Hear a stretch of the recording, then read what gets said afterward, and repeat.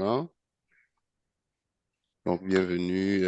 Justement, ce jour, on a sur la chaîne le plaisir d'accueillir Serge So, voilà, qui est comptable et auditeur. Bien, j'espère que j'ai bien dit ça, un CPA et auditeur. Donc, C'est c'est deux bien choses dit. différentes, hein. Donc, là, il m'a bien recadré avec l'auditeur, là. Donc, tu vas m'expliquer plus tard c'est quoi la différence. Mais avant de commencer, je suis Freddy Beckham. Voilà, ceux qui ne me connaissent pas, je suis coach et formateur en gestion de projet. Et Challenge Pro vous accompagne pour vos certifications PMP, CAPM et bien plus. Donc, Serge, on va te laisser t'introduire dans un premier temps.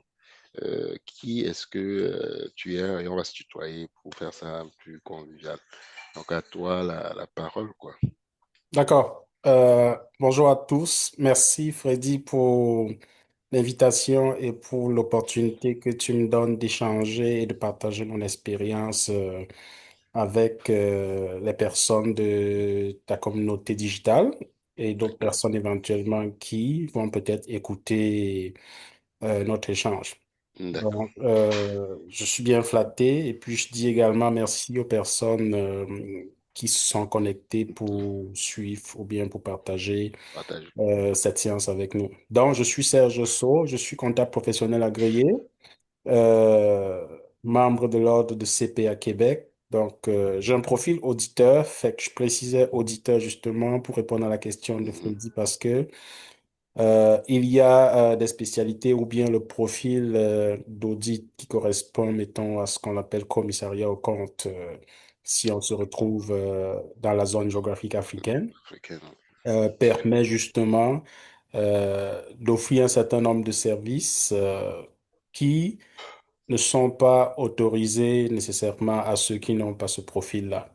On va parler du reprenariat aujourd'hui. Je vais vous parler de l'audit diligent. Donc, l'audit diligent est fait par des auditeurs, en fait. Donc, lorsqu'on touche déjà l'audit, c'est des auditeurs qui s'en occupent.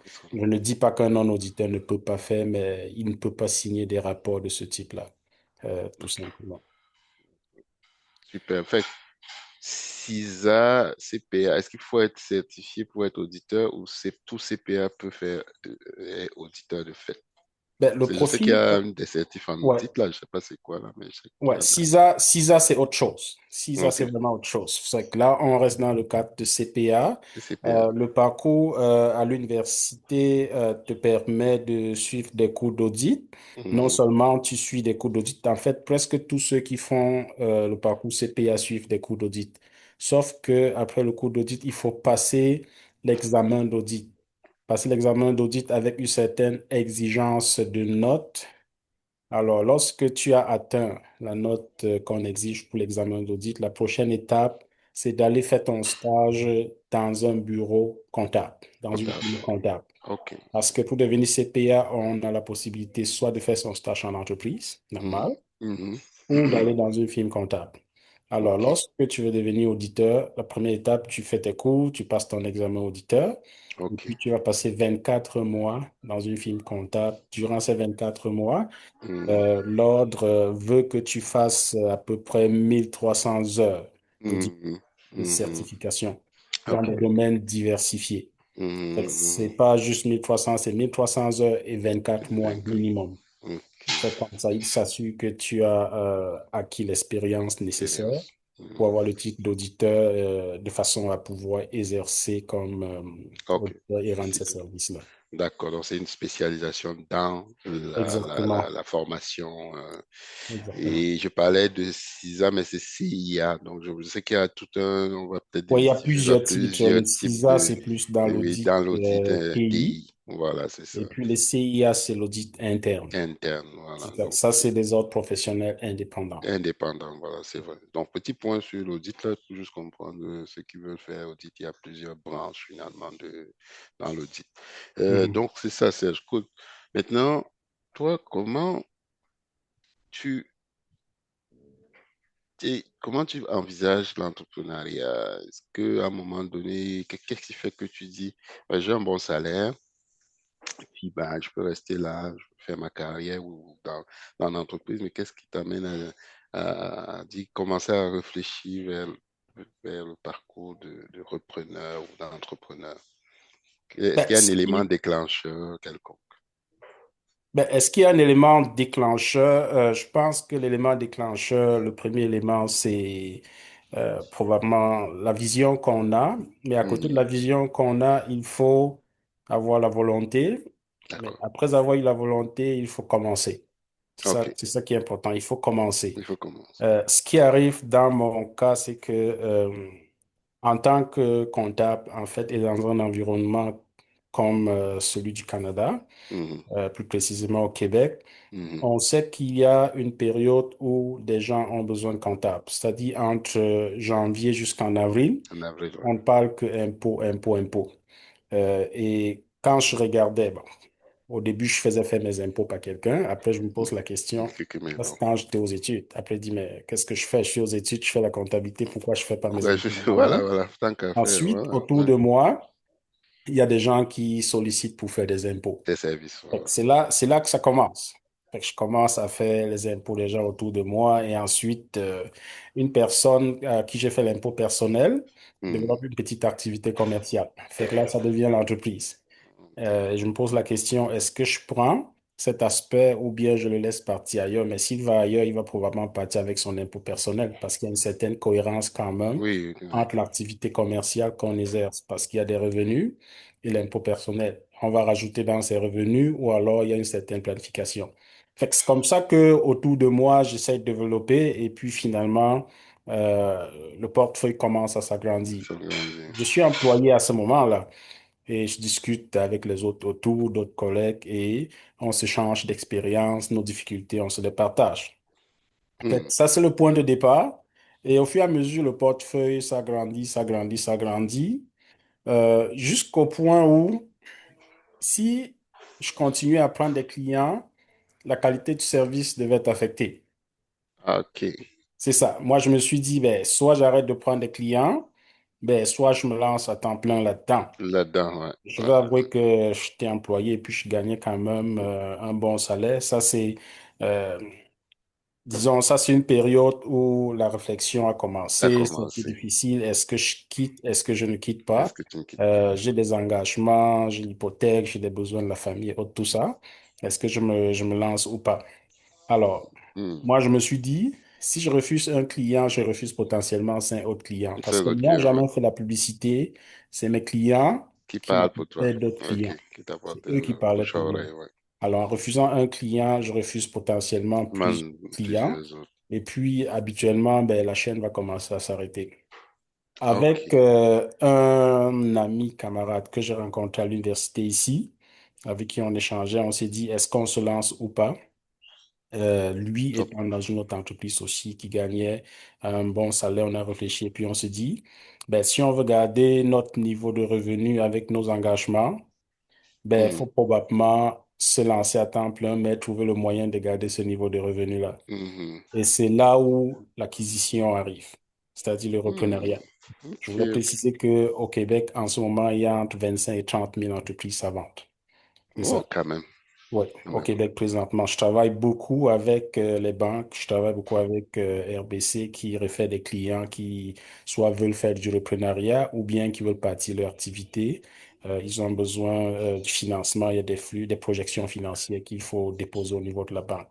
Fait que, à ce moment, lorsque je discute avec mon ami, on se dit, si nous, on veut rester dans les services professionnels, c'est le moment de se lancer ou jamais. Jamais.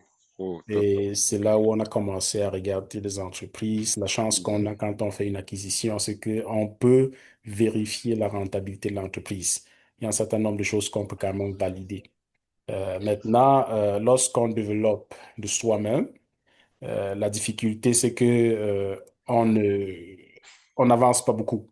C'est ça. OK, On avance OK. très doucement, on va dire ça comme ça. Comme ça. Très OK. doucement, très lentement, parce que tu vas te coucher à 2 heures, 3 heures du matin. 3 heures, Si tu ouais. as J'en gardé sais ton quelque chose. emploi, Donc, là, je sais que tu t'y j'en connais un sais, peu, Freddy. j'en sais quelque chose. Mais Axel a une question. Axel, oui, vas-y, tu as levé la main. Oui, Mhm, rebonjour. Moi, j'ai une question un peu plus mhm, pour voir le mindset d'entrepreneur. Euh, comment tu sais que ton partenaire avec qui tu travailles allait être le bon? Parce que c'est très crucial, la sélection du partenaire. C'est comme un mariage, ou c'est peut-être même plus qu'un mariage. Comment tu sais que Hmm. c'est le bon partenaire? Ça, c'est une question essentielle. C'est une Ou, question centrale. Oui. ou je vais ajouter quelque chose avant que Serge ne réponde. Ou quels sont, quand tu identifies le risque dans le choix de ton partenaire, qu'est-ce que tu mets en œuvre pour pouvoir protéger tes arrières? D'accord. Euh, Écoute, le choix du partenaire lorsqu'on se lance en affaires est crucial. Ça, c'est une étape cruciale, absolument, parce que Mhm. si on rate cette étape, ou alors si on fait le mauvais choix, on peut considérer que le projet a quasiment à moitié échoué. Je ne dis pas que ça va échouer, mais il va falloir mettre beaucoup d'énergie et beaucoup d'efforts pour sauver. Je vais vous prendre quelques exemples tout à l'heure. Mais le choix de mon partenaire ne s'est pas fait en 2 jours. Ça ne s'est même pas fait en un mois. Mon partenaire, je le connais depuis. On s'est rencontrés à l'université, on a fait des travaux d'équipe ensemble. Donc, c'est là qu'on commence à voir qui est travailleur, comment la personne travaille. Après l'université, je suis allé dans un bureau comptable, lui aussi. On a gardé le contact et puis on se partageait nos difficultés rencontrées. Exemple, je suis face à une situation professionnelle et puis ben, moi je l'appelle, je dis ben, est-ce que tu vis la même situation là-bas? Comment est-ce que tu le règles? Fait que c'est comme ça que j'ai rencontré mon partenaire et la clientèle que j'avais à côté que je développais et que lui également il développait, on travaillait ensemble. On a même eu à travailler tard le soir pendant la saison des impôts. Fait que je vois qu'il est travailleur, je vois que c'est quelqu'un qui donne sans compter, et lui également, il me connaît dans ce sens. Fait que lorsqu'on décide justement de se lancer dans un projet comme celui-là, ce n'est pas un projet de 50 000 $, c'est beaucoup plus que ça. Alors, nos familles, en fait, se connaissent déjà parce que quand on se lance dans ce genre de projet, ben, il faut justement assurer ses arrières. Maintenant, lorsqu'on identifie le risque, lorsqu'on fait, on évalue. Tu fais ta petite liste, quels sont les risques que le partenaire que j'ai choisi ne soit pas nécessairement le bon, c'est quoi ses forces et c'est quoi ses faiblesses. Ben, tu évalues et puis tu vois si ses faiblesses, tu peux les couvrir parce qu'on n'est pas parfait. Est-ce que lui, déjà, s'il est honnête, s'il est travailleur, ça c'est une bonne chose. Maintenant, est-ce que lui, s'il a une difficulté particulière pendant le parcours, est-ce que je suis capable de couvrir cette difficulté-là? Est-ce qu'on peut pallier à ça? Fait à ce moment, tu évalues et puis tu vois, des fois, c'est un partenaire, tu dis, ben, il y a des chances peut-être qu'il quitte le Canada bientôt. Ça, j'ai un partenaire avec qui je devais me lancer et puis ben, finalement, il avait un projet de quitter à un moment donné, mais il n'était pas certain c'était quand. Fait que je n'ai pas pris de chance à ce moment-là de me lancer avec le partenaire, même s'il avait toute la volonté. C'était pourtant un bon partenaire aussi. Donc, quand on évalue tout ça et qu'on arrive à dire oui, c'est satisfaisant, c'est à ce moment que vous pouvez vous lancer avec la personne. Fait que c'est absolument crucial le choix du partenaire dans l'étape de l'entrepreneuriat. Ok. Est-ce que ça a pris une bonne convention d'actionnaire ou quelque chose comme ça avant de se lancer ensemble, je suppose? Oui, il faut faire une convention entre actionnaires, absolument. Il faut se faire assister justement par un professionnel spécialisé, notamment les avocats qui sont habitués à rédiger une convention entre actionnaires. Habituellement, quand vous vous entendez sur un certain nombre de choses, quand vous avez la même vision, ce n'est pas difficile d'avoir une convention entre actionnaires. C'est des discussions entre vous et puis vous faites formaliser ça par un avocat qui va regarder si tous les aspects respectent la loi. Ok, parfait. Merci pour le partage. De rien. Super. Fait que, donc, c'est comme un partenaire, c'est plus que, on va dire presque plus qu'une femme, là, de conjointe de vie. Ben, c'est plus qu'une C'est, femme c'est, parce que c'est, c'est, nous, on arrive au bureau. On arrive au bureau à 7h30 et on quitte le soir plus tard que, mettons, les 20h. employés, Il ouais, est les arrivé déjà employés. même qu'on passe la nuit au bureau. Ouais. Il est arrivé qu'on passe Quand la c'est nuit au mou, quand bureau. c'est Quand il y chaud, a un problème, quand il y a une ouais, quand c'est situation à chaud, ouais, régler, nous, on à ne se régler pose jamais la question, c'est qui est responsable. On règle le problème, c'est tout. et tout. Ça peut être, n'importe qui peut être à l'origine du problème, mais quand il y a un problème, on règle d'abord le problème. C'est déjà arrivé qu'on arrive qu'on entre au bureau à 8h et pour ressortir le lendemain à Le 5h. lendemain, c'est On était tous deux là.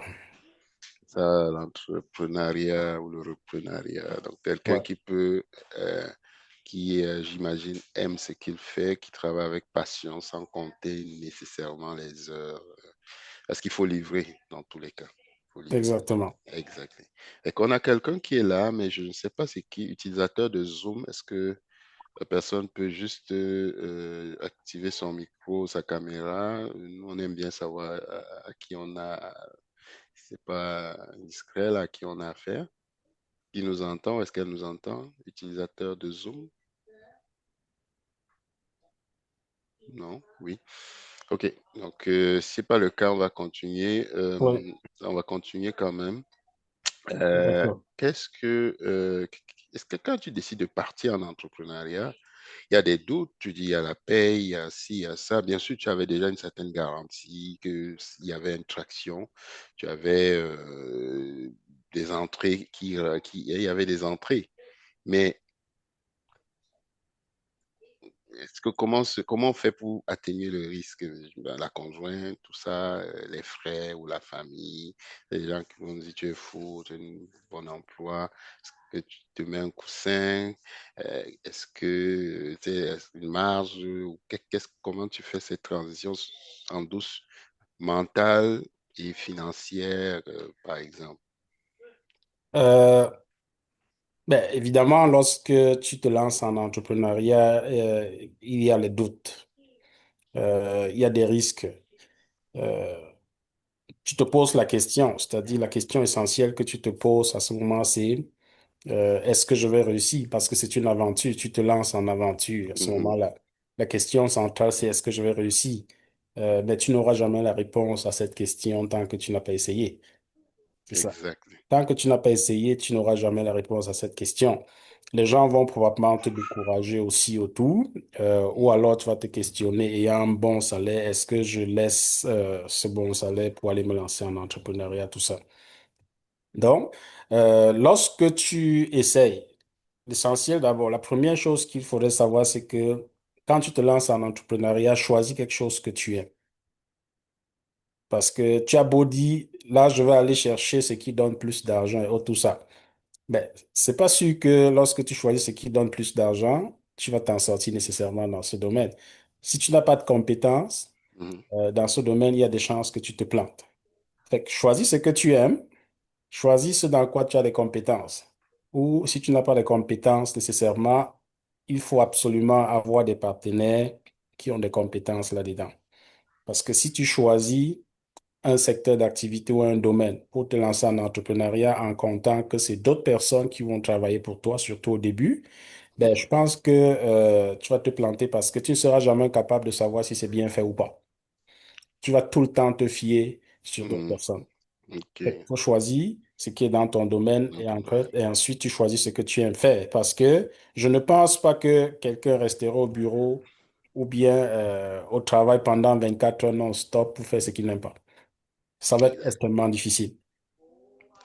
Donc, c'est à Et- peu près ça la situation. Maintenant, pour atténuer le risque, quand tu te lances en entrepreneuriat, tu fais un ben, tu fais un budget. Tu dis, ben, c'est quoi mon besoin actuellement? Alors, j'ai Mhm. tel montant de salaire. C'est avec ça que j'assure le besoin de ma famille. Je paye des factures, je paye mon hypothèque. Ensuite, en me lançant en entrepreneuriat, qu'est-ce qui va arriver? Parce Mhm. que quand tu vas en entrepreneuriat, il y a deux chemins. Soit tu développes tes affaires toi-même. Petit à petit, tu fais la clientèle et puis tu avances. Soit tu Mhm. fais l'acquisition. Maintenant, quand tu fais l'acquisition, ben, tu valides la rentabilité de l'entreprise. Ça te permet de garder à peu près le même niveau de revenus. Mhm. Et les heures de travail, ben, évidemment, les heures de travail vont être énormes. OK. Sinon, si tu choisis de développer ta clientèle, ben, ça va être difficile pour toi de garder le même niveau de revenus que tu avais en tant qu'employé. Parce que tu vas y aller tout doucement. Habituellement, c'est plus difficile parce que mettons, tu réussis à faire 150 000 de chiffre d'affaires. Honnêtement, ça, c'est pour passer des nuits blanches. Tu vas te coucher à 3 heures du matin. Quand tu vas commencer à prendre un employé, l'employé viendra prendre la moitié, 75 000. Il ne va pas te rester grand-chose. Grand chose. Maintenant, un autre défi, c'est de convaincre l'employé par rapport au plan de carrière. Parce que là, tu as un employé, tu es en face de lui tous les matins. Ce n'est pas certain que ça le rassure parce qu'il n'est pas sûr que Tu vas dans trois tenir quatre mois, l'enfant. là, tu auras Ouais, toujours ouais, suffisamment d'argent de pour payer les l'argent. salaires ou bien, bon, même si tu payes les salaires dans 5 ans, qu'est-ce qu'il sera que vous êtes juste deux dans le bureau? Fait que ça, c'est des situations qu'il faut être capable de gérer. J'ai des clients présentement dans la situation. Ils ont atteint le goulot, ils ne peuvent plus prendre beaucoup Mhm. parce que mais, ils ont un seul employé et puis ils ne sont pas sûrs si l'employé sera encore là dans Ouais, six il mois. peut prendre des marchés alors Et qu'il ça, peut c'est un partir. domaine risqué. Oui. Ouais. Oui, Bertrand. Et Serge, Oui. justement, face à une situation comme celle-là, je ne sais pas, vous avez des employés présentement ou vous êtes juste Nous deux? avons 12 employés. Ah, vous avez 12 employés, parfait. Et toi, en tant que chef d'entreprise, Oui. qu'est-ce que tu leur dis pour les sécuriser? Comment tu fais?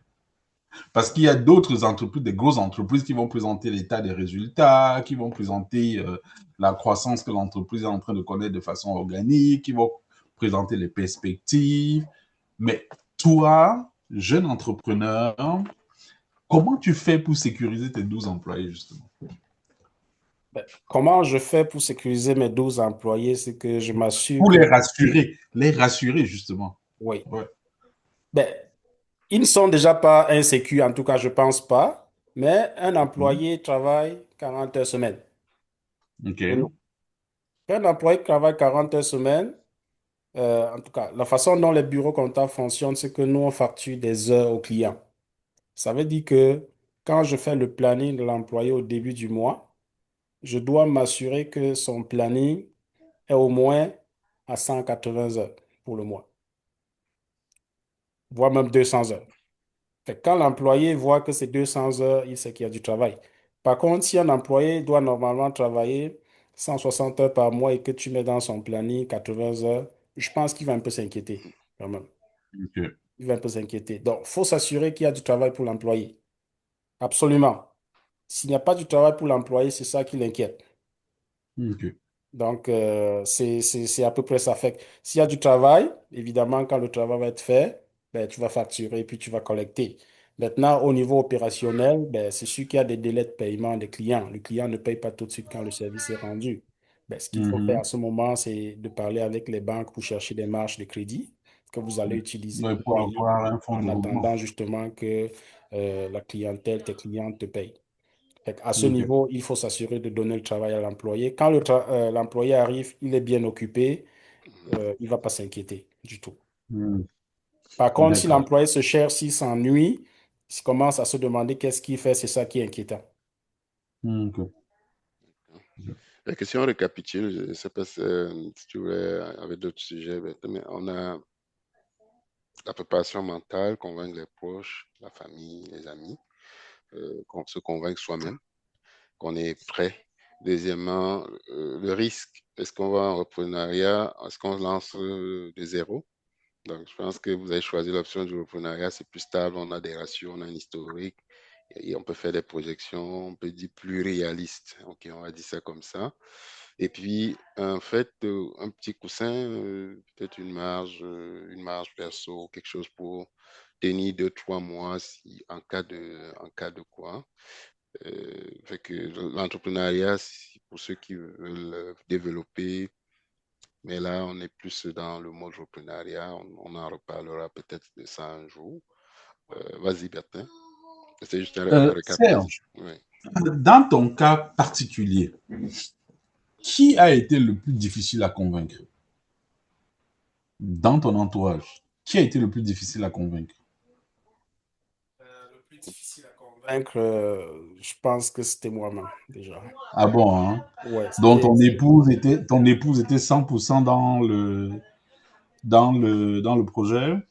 Ben, je peux pas dire que mon épouse était 100% dans le projet. Je pas du plus difficile à convaincre. C'est sûr qu'il fallait la convaincre aussi. Il fallait répondre aux questions. Il y avait des inquiétudes et tout ça. Mhm. Mais je pense que je l'avais préparée sans lui dire directement, c'est-à-dire quand elle me voyait travailler. Je vous ai dit que j'avais déjà développé un petit portefeuille à côté À côté. en Mhm. étant Employé.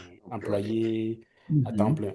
Ce qui fait qu'elle voyait venir et puis elle voyait que je me couchais déjà très tard le soir et j'étais en discussion. Mon partenaire, on se connaît et puis nos familles se connaissent. Ce qui fait que il y avait des discussions et puis c'est quand est-ce qu'on va se lancer? Ben, c'était ça la question, en fait. Alors, me convaincre moi-même, l'étape difficile. Je vais avouer que l'emploi que j'avais était quand même bien payé. C'était très bien payé. Et à mon niveau, j'étais proche du plafond déjà du salaire par rapport aux gens de mon expérience. Fait que je savais que même mon salaire n'allait pas beaucoup augmenter dans les prochaines années. Alors, quand on est proche du plafond, quand même, on est bien payé. Il faut se convaincre pour pouvoir quitter. Il y a un bon fonds de pension qui était là. Je travaillais 7 heures par jour, pas plus, pas une minute de plus. Vraiment pas une minute de plus parce que c'était fait tel que il y avait même un totalisateur qui calculait ça. À 15 heures, moi, j'avais terminé mon emploi. Fait que c'était quasiment la belle vie. Fait qu'il faut se convaincre de sortir de cette zone de confort. Parce que Mhm. c'est une zone de confort. Il faut véritablement se convaincre de sortir de là et puis de se Mhm. lancer. Comme je dis souvent, je trouvais que je n'avais déjà pas assez de problèmes comme ça. Fait que nous sommes, Il fallait aller encore en chercher.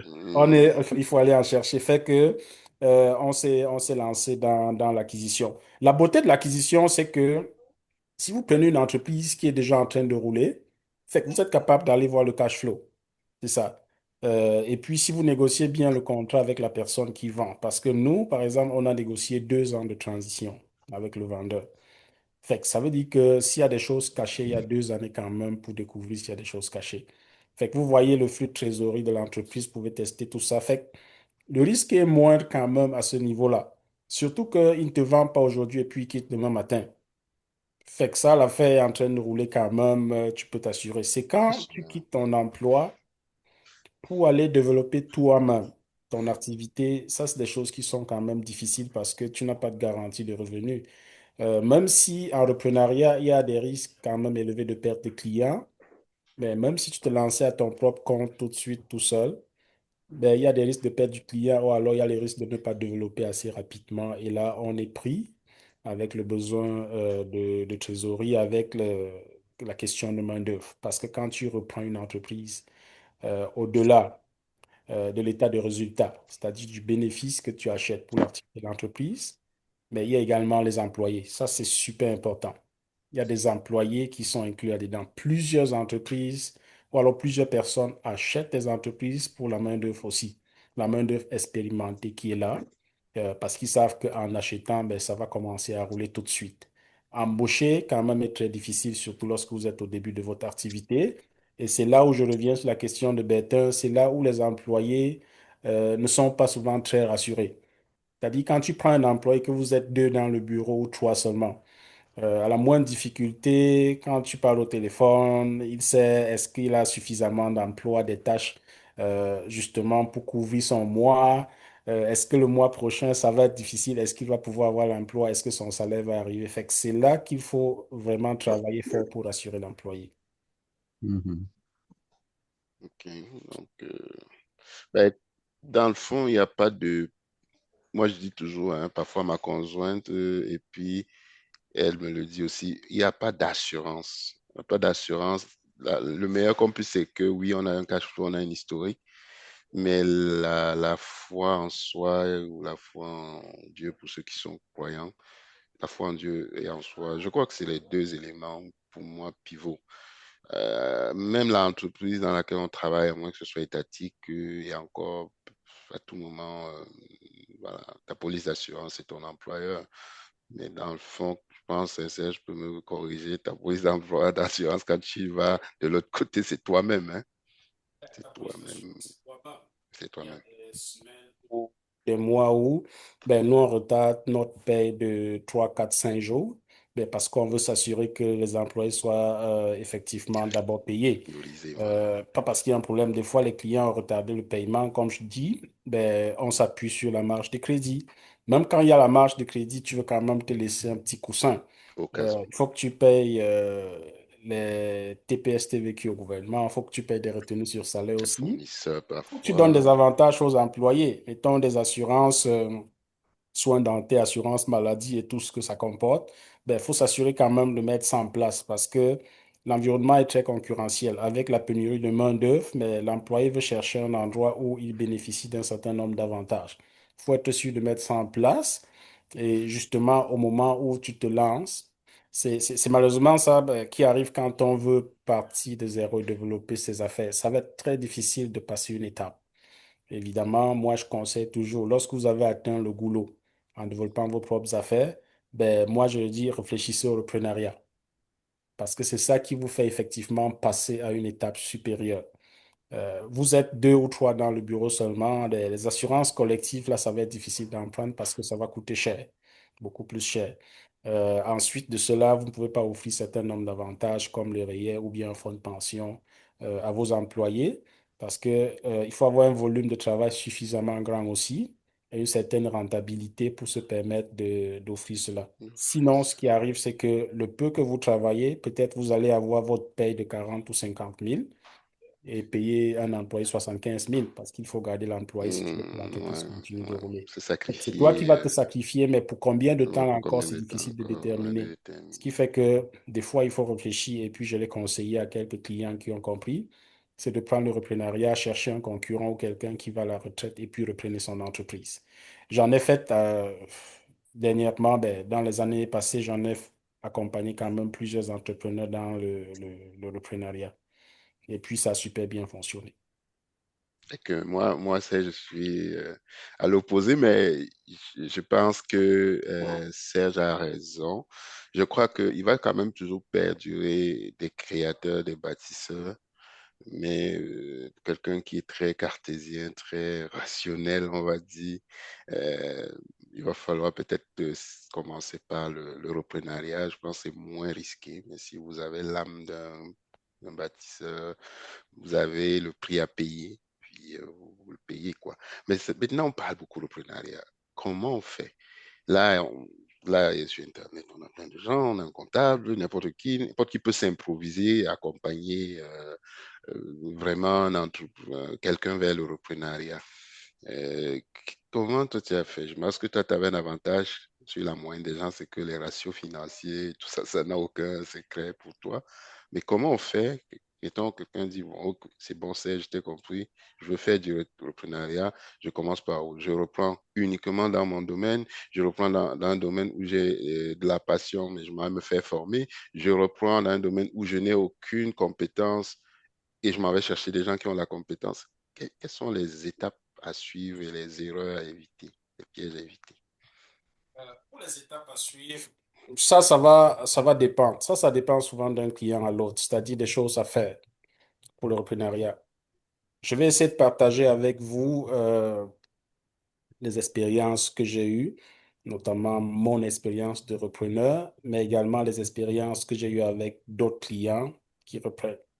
Moi, je dis toujours, c'est absolument important lors du reprenariat de faire affaire avec des professionnels. Je vais vous expliquer pourquoi. Certains clients sont à l'aise dans certaines étapes, c'est-à-dire avec des chiffres, ils sont capables d'analyser et faire certaines étapes. J'ai vu des clients qui disent, ben, je suis à l'aise, mettons, de rédiger une lettre d'intention et tout ça fait ces étapes-là. D'autres clients sont moins à l'aise là-dessus. Alors, quand vous voulez vous lancer en entrepreneuriat, en reprenant une entreprise, parce que c'est de ça qu'on parle justement. La première chose, c'est de savoir dans quel domaine est-ce que vous voulez reprendre. Est-ce que c'est dans votre domaine spécifique, votre domaine de compétence, ou est-ce que c'est dans un autre domaine que vous voulez? Même si ce n'est pas dans votre domaine, ça peut être le commerce, ça peut être une épicerie, ça peut être un bar, un restaurant. Fait que quand vous avez identifié et que vous savez où est-ce que vous pouvez trouver l'entreprise. Et là, au Québec, il y a le site acquisition.biz. Biz, c'est BIZ. Vous pouvez trouver des Des entreprises qui deals. se vendent là-dessus. Il y a aussi le CETEC, je pense que ça s'appelle le Centre de transfert d'entreprises du Québec, Je vais les mettre dans le chat ouais, au qui fur et mettent à des mesure. gens en relation de ceux qui veulent acheter ou vendre les entreprises. Mm, Il y a également les banques. Moi, je travaille avec plusieurs directeurs de banques, justement, qui sont en contact avec des clients qui veulent des fois vendre mm. dans les franchises ou bien dans le commerce de détail spécifiquement. Fait que quand vous avez identifié, il faut visiter, il faut prendre un rendez-vous et visiter. Habituellement, moi, je dis, quand vous avez identifié, avant d'aller visiter, discutez quand même avec votre professionnel. Je vous dis pourquoi. Euh, Moi, j'ai discuté avec un couple dernièrement qui s'en allait acheter une résidence. J'en avais acheté pour à peu près 5 millions en 2024. Dans la première moitié de 2024, j'ai accompagné un client qui a fait l'acquisition d'une grande résidence quand même. Alors, j'ai rencontré un autre couple qui voulait acheter une résidence et une chambre. Bon, disons, qui sont venus vous parler, puis j'ai posé des questions. Quand tu rencontres le professionnel, vous discutez, il peut te donner une certaine liste de questions parce que c'est là où la vérification commence. C'est-à-dire, même au moment où vous partez visiter, c'est là que la vérification commence. Alors, quand vous allez rencontrer le vendeur et dans les discussions, ça fait depuis combien de temps que vous avez l'entreprise? Est-ce que votre famille travaille là? Est-ce que votre fils ou bien autre travaille là? Dit oui, oui, vraiment, mon mari m'aide beaucoup. C'est vrai qu'il a un autre emploi à côté, mais les fins de semaine ou bien le soir, quand il termine, il vient tout donner un coup de main. Mon enfant, mon fils ou ma fille à l'université vit à la maison. En principe, il me donne 10-15 heures par semaine ici pour m'aider. C'est comme ça que l'entreprise roule. Ces informations n'ont pas l'air d'être une information importante. Ça vous dit absolument rien, mais ce qui arrive, c'est que quand la vérification diligente va commencer et que le comptable ou l'auditeur rentre dans les dossiers pour vérifier la rentabilité, rappelez-vous que s'il a affiché, mettons, 200 000 sur le poste salaire, rassurez-vous que allez-y vérifier si le nom de son mari est là. Allez-y vérifier si le nom de son enfant est là. Parce qu'elle vous a déjà dit qu'eux, ils travaillent dans l'entreprise. Si jamais ils n'ont pas mis le nom et qu'ils travaillent bénévolement, c'est possible que la charge salariale soit sous-estimée là-bas. Ça veut dire que le profit de 75 000 ou de 200 000 qu'on vous affiche n'est pas un profit réel. Parce que vous aurez Artificiel. besoin d'employés pour faire des tâches que la famille faisait Faisait. bénévolement. Très Ça, c'est une chose. C'est pour ça que je dis, le point de départ, c'est de discuter avec le professionnel. Je viens juste de prendre un exemple justement pour vous montrer que illustré, ouais. c'est important de parler parce que c'est là où la vérification commence. Quand vous avez discuté avec le professionnel, il vous dit, allez-y visiter, posez telle ou telle autre question. Est-ce que le vendeur va accepter plusieurs offres ou bien il accepte ton offre, il te laisse aller jusqu'au bout du financement, de l'audit, avant de voir s'il acceptera une autre offre ou pas. Parce que j'ai vu des vendeurs qui acceptent plusieurs offres en même temps. Et puis, ben, à cause de 2 000 $, tu risques de perdre l'opportunité. Alors que tu vas payer des honoraires au comptable, tu vas payer l'avocat, tu vas mettre de l'énergie pour aller à la banque chercher du financement. Ça, c'est des choses qu'il faut s'assurer de questionner dès le départ et de Dis régler. donc, tu risques de perdre plus que finalement. Ben oui. Ouais. Ensuite, lorsque c'est fait, ben, il y a la lettre d'intention. C'est que vous discutez, vous fixez un certain nombre de conditions. C'est là où des fois les avocats entrent en jeu. Vous faites votre lettre d'intention, vous donnez, et puis c'est là où le processus commence avec les vérifications de rentabilité, vérification des permis. Est-ce que ça nécessite un permis? Il faut décider également si vous achetez des actifs ou bien si vous achetez des actions. Ça, c'est une étape importante.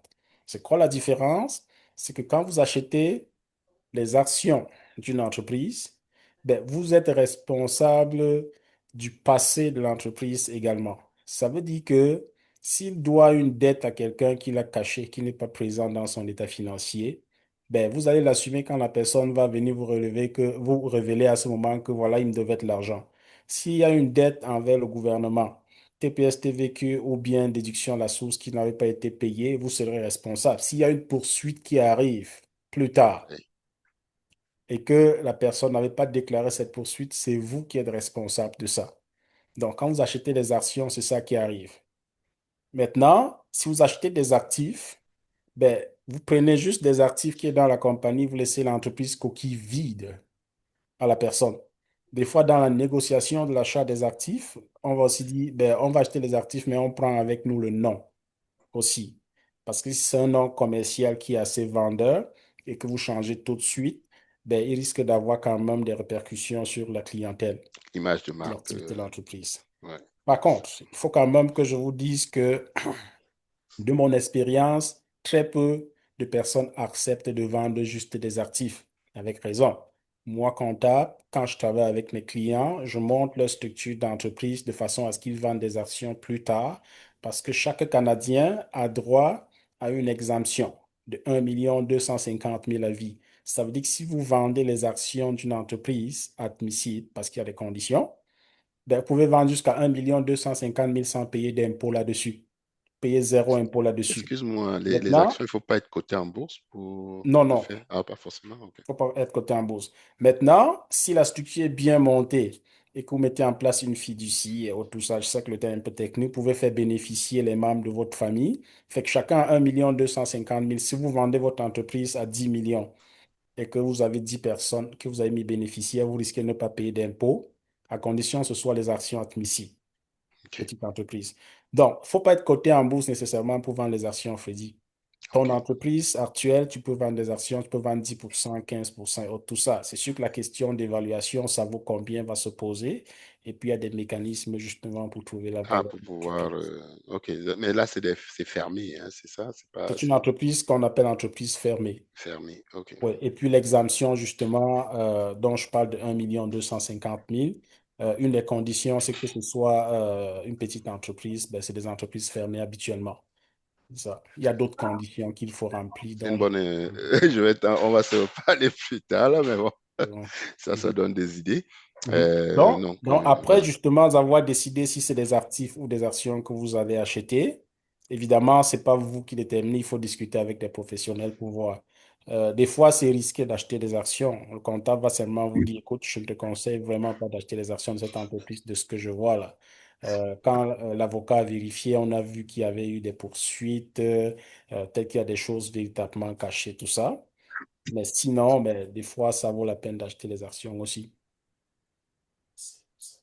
Et les actifs et les actions, pourquoi ne pas vendre en actifs? Parce que le risque, c'est quoi? Juste,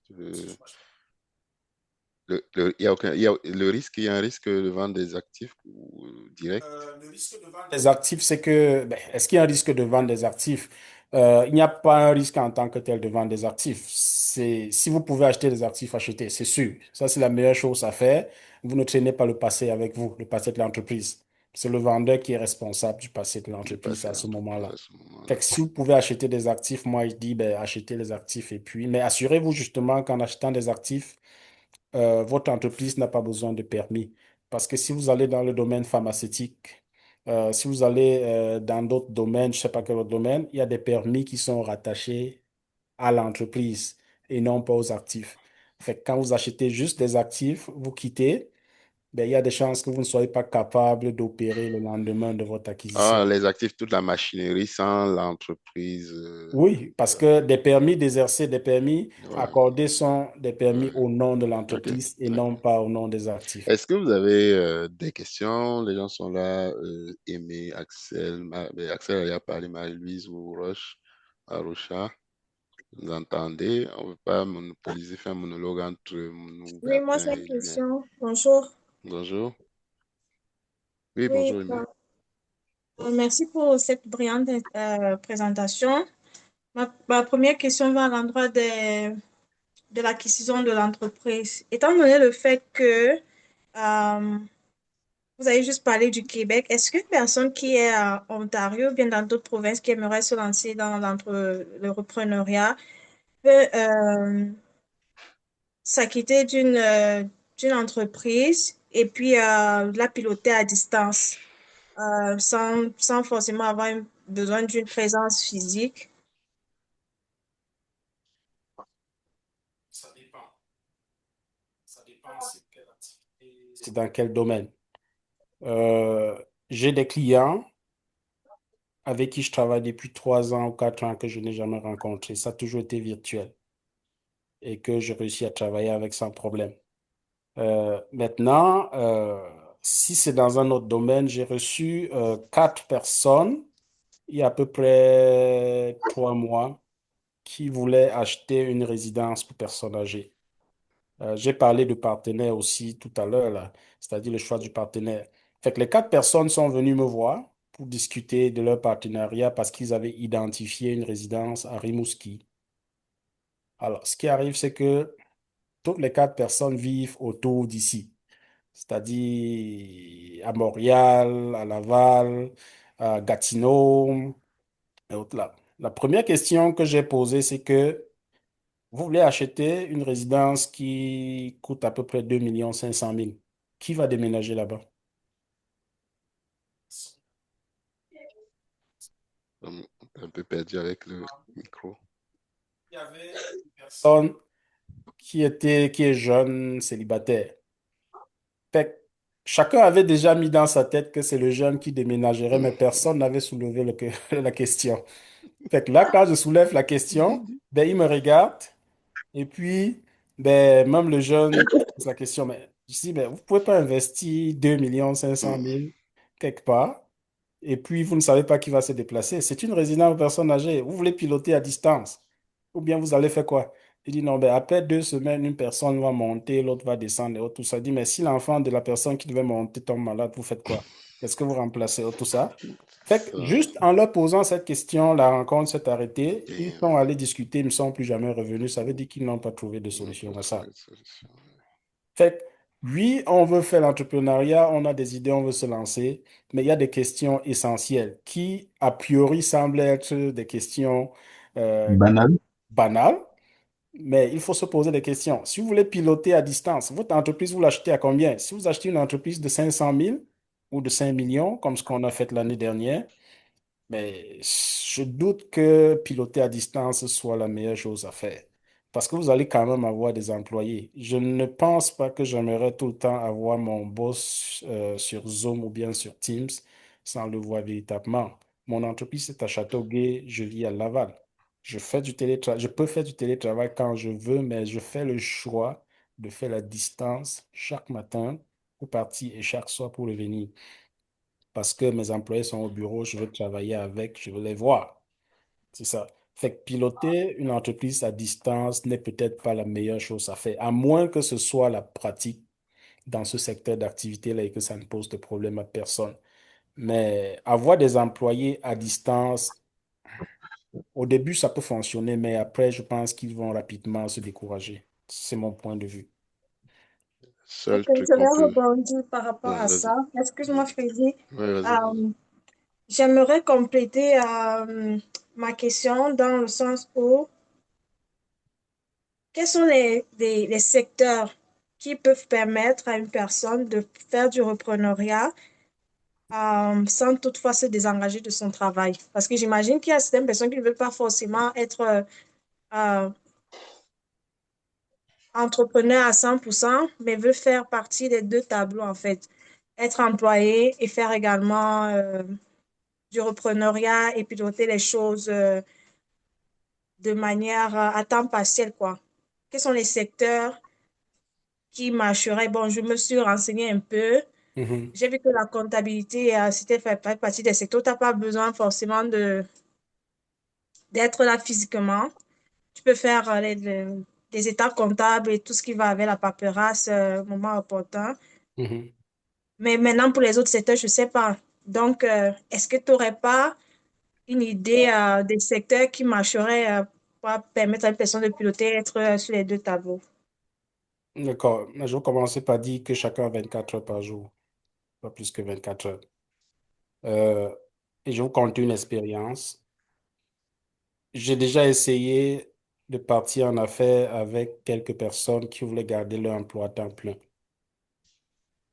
Et moi, je suis entrepreneur quand même à temps plein. Je gère mon agenda, je gère mon programme. Ça veut dire que je peux mettre un rendez-vous à 10 heures quand je peux le mettre à 15 heures, quand je peux le mettre plus tard le soir. Je peux me déplacer. Ce qui est arrivé, c'est que tout retombait sur moi parce que chacun voulait préserver son salaire. Mais quand il fallait se déplacer, aller rencontrer les clients ou prendre des rendez-vous, négocier certaines choses, ben, c'est moi qui me déplaçais pour le faire. C'est ça, c'est moi qui me déplaçais pour le faire. Et mon entreprise principale, évidemment, ça prenait un coup parce qu'il fallait que je délaisse ce côté-là. Fait que ça crée une forme de déséquilibre parce que ben, les personnes qui sont employées ont leur salaire garanti de l'autre côté. Et celui qui a temps plein, qui prend le plus gros risque, consacre beaucoup de temps là-dessus. Et puis à la fin du mois, il faut qu'il se débrouille pour avoir son salaire. Alors, pour répondre plus spécifiquement à ta question, c'était une petite parenthèse que je faisais pour dire que des fois, c'est pas toujours facile de garder son emploi et faire du reprenariat. Quand vous parlez du reprenariat, vous achetez une entreprise. Je n'ai pas encore vu une entreprise que quelqu'un a acheté à moins de 200 ou 300 000 dollars. Le plus bas que j'ai vu, c'était 400 000 dollars. Maintenant, êtes-vous à l'aise d'investir 400 000 dollars et puis de garder, c'est-à-dire d'aller chercher un salaire de 75 ou 80 000 chaque année. Même dans le domaine de la comptabilité, le client, pour être confiant, c'est-à-dire pour faire confiance à son comptable, a souvent besoin de le voir. Il veut être rassuré parce que le comptable, c'est un peu comme le médecin financier, en principe. Vous aurez Ouais, beau je vais te... développer votre activité, il faut que vous vous rendez quand même disponible à certaines heures que peut-être votre employeur ne va pas accepter nécessairement. Mais Je je ne vais dis pas qu'il n'existe pas de domaine. Il y a le marketing numérique. Je vais lui répondre justement, Serge, parce que justement, c'est ça. Vas-y, Oh ouais, je voulais dire, il y a le je domaine suis du marketing dans numérique, il le y a le domaine posture de lui informatique où les répondre. gens font quand Ouais, même à distance. je J'ai des suis, clients qui lui- sont employés et qui arrivent à développer quand même une activité TI à côté et qui réussissent à faire 150 000 de chiffre d'affaires en gardant ces deux-là. Ça, je vous le réponds honnêtement. Ils me disent qu'ils n'ont pas de vie. hein? Ils n'ont pas de vie, carrément pas. Donc, Hmm, en principe, oui, il y a des activités comme ça, mais si vous voulez connaître une certaine croissance, ça va être difficile de garder votre emploi et développer une entreprise à côté, c'est-à-dire acheter une entreprise à côté. À moins que vous vouliez vraiment, ben, je sais qu'il y a l'intelligence artificielle ou bien il y a le côté informatique où on électronise quasiment tout. Euh, mais c'est difficile de connaître une certaine croissance en gardant son emploi. Il y a la période de transition, c'est sûr, comme ce que Freddy fait en ce moment. Il est employé, il a son entreprise qui roule. Ça, c'est la période de transition, ça se fait. Mais je ne pense pas que vous pouvez connaître une certaine croissance en gardant ce niveau-là parce que vous atteignez le goulot, vous atteignez un niveau où c'est difficile de continuer à prendre des clients. Il devient difficile. Et une autre chose, c'est que si vous ne gardez pas la qualité du service, vous allez perdre les clients. C'est-à-dire l'image de votre entreprise prend un coup en ce moment-là. Je ne sais pas si ça répond que, un peu à ta question, Aimé. c'est que Oui, oui, oui, ai- c'est bon, c'est ai- assez clair. c'est que Merci. aimer le reprenariat, c'est quand quelqu'un est sûr qu'il veut quitter, on va dire clairement, son emploi. La chose que tu peux faire comme employé, et il faut être très discipliné, c'est d'avoir une activité peut-être de soir, de fin de semaine, compatible avec ton emploi. Si tu as un emploi, on va t'appeler parce que tu as des urgences, oublie ça. C'est-à-dire qu'on va t'appeler à toute heure. Donc, ce serait plus du soloprenariat donc, que tu pourrais faire. Donc, partie une activité qui prend que tu aies ton image de marque, marketing digital, formation, coaching, tout ce que tu vois là. Et oui, tu vas pouvoir arriver à un stade où tu vas plafonner. Et rendu à ce stade-là, tu vas pouvoir prendre la décision. Est-ce que je me contente de garder l'équilibre entre les deux, et que je ne prends plus de clients, comme ça je disais, parce que non seulement il y a la qualité, mais il y a également ta capacité d'absorption. Donc, tu vas arriver à un stade où tu vas pouvoir garder le juste équilibre entre ton emploi et ta passion, parce que j'appelle ça parfois une passion. Est-ce que je vais monétiser ma passion, mettre le turbo et laisser l'emploi? C'est là où tu vas être rendu. Mais acheter une entreprise directement à 400, 500 000 dollars et conserver son emploi, la seule chose que je vois certains faire, c'est les créations de SaaS. Si tu as dans les TI, tu crées un SaaS. Le SaaS, tu le fais vendre par des gens. Et encore, il faut que tu aies vraiment déjà toi-même vendu ce SaaS, comprendre les mécanismes de vente, former ce qu'on appelle un closer pour pouvoir lui déléguer la vente.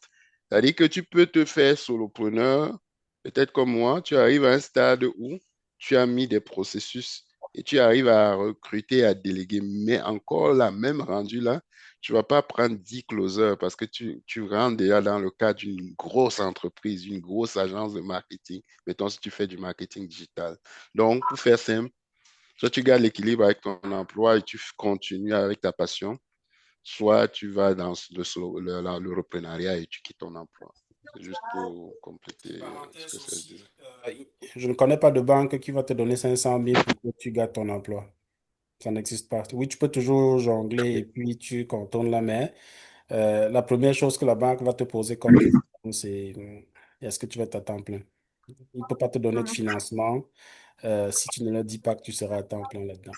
parce que bon, Est-ce qu'il y a c'est beaucoup il plus y a une risqué. mise de fonds préalable pour quels sont les critères d'acquisition de manière technique de la documentation? Est-ce qu'il y a une mise de fonds? Est-ce qu'il y a euh, la cote de crédit qu'on Oh, regarde? ouais, Quels il y sont avait les une aspects? question. Ouais, c'est ça. Quels Vas-y, sont mais il y les avait une question aspects? déjà de Serge, de Bertin dans ce sens. Mais vas-y, ouais, Oui, vas-y. oui, pour répondre à la question, oui, c'est sûr qu'il y a une mise de fonds. La banque n'assume pas tout le risque. Maintenant, ça dépend des secteurs d'activité. Je travaille sur les dossiers de financement des médecins. C'est un des seuls secteurs d'activité où la banque finance 100%. Même si tu vas acheter un bâtiment avec la clinique et que tu es médecin, la banque finance 100% à ce moment-là. Maintenant, pour les comptables, la banque finance à peu près 90% quand tu vas acheter un bureau comptable, parce que c'est dans ton domaine d'activité, c'est moins risqué, surtout lorsqu'on appartient à notre professionnel. Il y a d'autres financements qu'on appelle, ben, il y a le financement PPE, petite entreprise. Là, c'est cautionné à 85% par le gouvernement et à 15% par la banque. Ce financement, je pense qu'il faut avoir à peu près 33% pour la mise de fonds à ce moment-là. Il faut avoir à peu près 33%. Donc, oui, ça nécessite la mise de fonds. Maintenant, oui, il regarde le bureau de crédit, c'est sûr. Il regarde les projections financières. J'en ai fait beaucoup dernièrement pour des clients référés par RPC. Il regarde si l'entreprise va générer suffisamment de revenus pour que tu sois capable de repayer la dette. Donc, c'est certains qui vont regarder ça. Ils regardent sur 3 ou 4 ans pour être capable de les financer. OK, merci. Bon, vous pouvez lever la main pour parler idéalement, mais c'est pas grave, on est en interactif. Bertrand avait posé la même question. Quelle est la mise de fonds quand on reprend une entreprise? Je pense qu'il a dit hein, 33%, c'est un minimum syndical Secteur ou... d'activité. Mais il y a une chose quand même importante que je veux vous dire. La mise de fonds ne devrait probablement pas trop poser un problème parce que lorsque vous négociez avec le vendeur, il y a ce qu'on appelle la balance du prix de vente. Ça veut dire que quand vous négociez, si l'entreprise est vendue à 2 millions, vous pouvez dire au vendeur que laissez-moi une balance de prix de vente de 500 000 dans l'entreprise, que je vais rembourser sur 5 ans. Fait que fixer un prix normalement, quand tout va bien, quand l'entreprise se porte bien, presque tous les vendeurs, pour les acquisitions que j'ai déjà faites, ils acceptent de laisser une balance du prix de vente. Cette balance du prix de vente, la banque considère que c'est une bonne partie du mise de fonds. C'est-à-dire le vendeur vous préfinance aussi. La banque vous finance, le vendeur vous finance également. Alors, quand c'est une bonne entreprise et que le vendeur fait confiance en son entreprise, il n'a rien à cacher, habituellement, il va laisser une balance du prix de vente. Évidemment, c'est comme une dette, il y aura un taux d'intérêt dessus, vous allez payer par mois, ça se négocie. Des montants mensuels que vous allez payer au vendeur et que vous payez aussi à la banque pour rembourser l'hypothèque. Fait que cette balance du prix de vente vous permet quand même d'amortir le côté mise de fonds si jamais l'entreprise coûte cher. Et vous aurez la possibilité donc de travailler, générer des profits dans l'entreprise pour repayer ces montants directement. Fait que plusieurs vendeurs acceptent, la plupart, honnêtement, que j'ai rencontré. Je n'ai pas vu quelqu'un qui vend une entreprise à 2 millions et qui refuse une balance du prix de vente. D'accord, ben ça c'est clair, la balance du prix de vente, c'est comme si on garde un restant étalé dans le temps, c'est ça, Exactement. Exactement. pour donner un C'est une sorte de ordre. financement parce que la banque considère ça comme un financement et c'est très bien vu aux yeux de la banque parce que ça rassure la banque dans la mesure où il sait qu'il finance une entreprise où le vendeur va rester quand même autour. Parce que si tu dois 500 000 au vendeur, c'est sûr qu'il va te supporter, permettre que l'activité se passe toujours bien pour que tu sois capable de rembourser son argent. Et ça fait que le vendeur sera relativement toujours impliqué. Évidemment, c'est contre une rémunération. Mais ça se négocie. Ça, c'est des choses qu'il faut négocier. Maintenant, Juste, ouais, vas-y.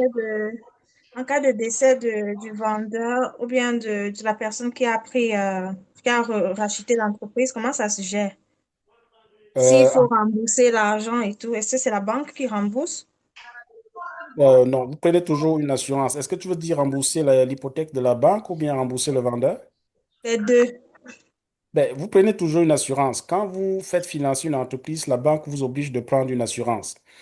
Cette assurance couvre justement l'hypothèque de la banque. Fait que s'il y a un cas de décès ou tout ça, c'est votre assurance qui va repayer ce montant-là à la banque. Et même, il y a une assurance pour les actionnaires. Quand vous êtes plusieurs actionnaires, vous prenez une assurance, chacun, et c'est l'entreprise qui est bénéficiaire de cette assurance-là. La première assurance dont je viens de parler, c'est la banque qui est bénéficiaire. Vous achetez une entreprise de 2 millions, la banque va vous demander, si vous prenez une hypothèque de 2 millions, la banque va vous dire, chaque actionnaire ou bien assurez-vous pour au moins 2 millions ou 2 millions 500 000, dont la banque est bénéficiaire. Donc, c'est le nom de la banque qu'on met dans cette assurance. Vous, les actionnaires, en plus de ça, vous prenez d'autres assurances aussi dont l'entreprise est bénéficiaire. Comme ça, si un actionnaire décède, ben, il va falloir acheter ses actions parce que vous ne pouvez pas accepter qu'un inconnu, son fils ou bien quelqu'un d'autre vienne rentrer dans l'entreprise. Peut-être qu'il ne partage pas la même vision et autres, tout ça. Peut-être c'est même pas son domaine d'activité, mais ça va juste créer le désordre. Fait que si sa cote-part, c'est 50% et que ça vaut 1,5 million, je ne pense pas que vous pourrez dégager rapidement des liquidités de 1,5 million pour acheter ces actions. D'où vous prenez une assurance justement pour couvrir ce risque. Donc, l'entreprise est bénéficiaire. S'il y a donc décès, les assurances vont payer 1,5 million à l'entreprise. L'entreprise va utiliser pour acheter les actions de la personne qui est décédée, c'est-à-dire verser cet argent-là à sa famille. Merci C'est beaucoup. clair. Bertin, juste avant de prendre ta question, l'une des façons que j'ai vu les gens peut-être, et puis c'est encore à voir, c'est faire de l'affiliation. Vous ne voulez pas lancer une entreprise, vous prenez des entreprises comme Amazon, peu importe le produit, vous faites la promotion et vous avez des gens qui vont racheter les produits via votre lien. Ça, c'est un peu ce que j'appelle du passif. Si vous êtes très fort, il faut être un excellent marketing digital. Vous pouvez avoir une roue qui tourne en automatique, mais là, ça prend des compétences. C'est l'une des rares façons avec laquelle vous vous adossez sur le produit de quelqu'un pour faire sa promotion. Et il faudra investir énormément en publicité pour que les revenus, parce que on va vous donner maximum 10, 15, voire 30% quand il est très généreux. Donc, dans ce cadre-là, il ne faut pas aller viser des petits paniers. Il faut avoir un panier moyen, si possible, le plus élevé, pour peut-être avoir des revenus avec des 100, quoi, qui vous permettent de vivre. C'était une petite parenthèse pour Amy. Oui, vas-y, Bertin. Ma petite question, hein, on va faire une petite digression, si tu le permets, Serge. Reprenariat et franchise. C'est quoi j'ai pas envie de dire c'est quoi les pour et les contre de chacune des options, mais c'est quoi ton feeling par rapport à la franchise? La franchise, c'est une bonne option. Je pense en réalité que c'est une entreprise qui est déjà structurée, l'image, elle est faite. Fait que vous trouvez l'emplacement ou bien même on trouve l'emplacement pour vous. Et le lendemain, vous démarrez comme Tim Hortons ou bien Couche-Tard et autres comme ça. Fait que l'image est déjà là. Fait que ça, c'est une très bonne option, prendre la franchise, c'est sûr. Parce que vous n'avez pas besoin de refaire la publicité, tout ça. Et puis, on ne se pose en général pas la question qui est derrière ce Tim Hortons. On sait que c'est un Tim Hortons, on sait que ça a déjà les standards mis en place. On connaît les produits, c'est ça que vous allez vendre. Chacun s'arrête là et achète. Donc, il n'y a pas de risque qu'on se pose la question qui est même derrière cette affaire-là. On sait déjà Mhm. que son image est là, que ce soit Tim Hortons, Maxi, Provigo et autres, tout ça. Ça, c'est le bon côté. L'image est faite. Et puis, vous ouvrez demain matin. Vous commencez à vendre, personne ne se pose la question. Des clients qui ont toujours aimé le produit de cette marque-là, ils vont continuer à partir là-bas. C'est déjà fait. Le seul côté ou alors l'inconvénient qui arrive, c'est qu'il y a beaucoup de coûts fixes là-dedans. Ça veut dire que vos profits sont partagés, c'est sûr. La publicité, c'est sûr que s'ils font la publicité à 100 dollars, ben, ils vont vous charger peut-être 150 dollars ou 120 dollars. Il y a des droits, il y a d'autres droits, des coûts fixes là derrière, des redevances, comme on appelle. Il y a des royautés, comme on appelle. Fait que votre profit est quand même émietté par des frais que vous payez à la personne qui vous a vendu ou qui vous a donné la franchise. Fait que c'est ça le mauvais côté, c'est que vous partagez vos profits. Je ne sais pas jusqu'à quel pourcentage, Mais c'est sûr que par rapport à quelqu'un qui a développé son activité, si ça fonctionne, ben, la personne contrôle son profit versus une franchise où vos profits sont partagés par un certain nombre de coûts que vous avez l'obligation de payer à la personne responsable de la franchise. Mais c'est une très bonne option si c'est rentable. Si vous faites votre audit diligent et que vous trouvez que c'est rentable, vous n'allez pas fournir autant d'efforts que des personnes qui partent leur entreprise dont l'entreprise, la compagnie ne détient pas encore de nom. Pour les franchises, le nom est déjà fait. C'est une bonne option, c'est facile à rouler. Ok. Et si je me permettais également, depuis que tu es en activité, je te demandais à peu près quels sont les secteurs, les 3 secteurs qui, dans ton portefeuille d'accompagnateur de repreneur d'entreprise, quels sont les 3, 5 secteurs qui émergent le plus dans ton portefeuille client? Le secteur qui émerge le plus dans mon portefeuille client, c'est surtout le secteur du service. Notamment ben, service conseil. Moi, j'ai des ingénieurs qui font du conseil dans mon portefeuille. J'ai des informaticiens aussi qui font du service. J'ai du marketing digital, c'est-à-dire quand je parle du service, là, marketing digital, ça c'est un très très bon secteur qui fait quand même du chiffre et beaucoup de profit. Ce qui est bien dans ce secteur, c'est que, et de ce que je vois, c'est que il y en a qui se spécialisent dans la recherche du client. Leur spécialité, ce n'est même pas du marketing digital. Ils prennent des marchés, ils redonnent aux spécialistes.